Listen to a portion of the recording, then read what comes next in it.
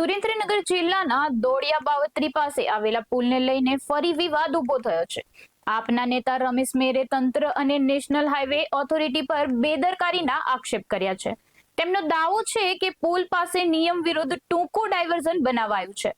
પૂરતા સાઇનબોર્ડ અને લાઇટની વ્યવસ્થા પણ નથી, જેના કારણે આજે 5 વાહનો અકસ્માતનો ભોગ બન્યા હતા।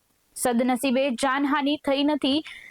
રમેશ મેરે જવાબદાર કોન્ટ્રાક્ટર અને અધિકારીઓ સામે કાર્યવાહી કરવાની માંગણી કરી રહ્યા છે।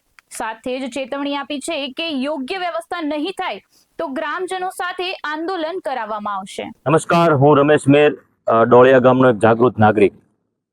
ઘણા સમયથી અમે વારંવાર સરકારને અને મીડિયા દ્વારા આલો હાઈવે ઓથોરિટીને રજૂઆત કરવા છતાં કંઈક ને કંઈક એવું લાગે છે કે હજી પણ મેં ત્યારે પણ કીધું હતું હાઈવે ઓથોરિટી જાણે કેમ કોઈ મોટો દુર્ઘટના બને ત્યાં સુધી રાહ જોઈ રહી એવું લાગે છે। હાલમાં તમે જુઓ કે ડોળિયા બાઉન્ડ્રીનો જે અત્યારે પુલ છે, પુલ ઘણા સમયથી બિસ્માર હાલતમાં છે। ઘણી વખત આપણે રજૂઆત કરી, ઘણી વખત વિડીયા મેકલ્યા, બધું મેકલ્યું, પણ હજી પણ તંત્ર અને સરકાર બે ઊંઘતું હોય ને એવું લાગે છે। આ તમે જોઈ શકો છો કે ઘણા સમયથી પુલનું કામ ગોકળ ગાયે ચાલુ છે।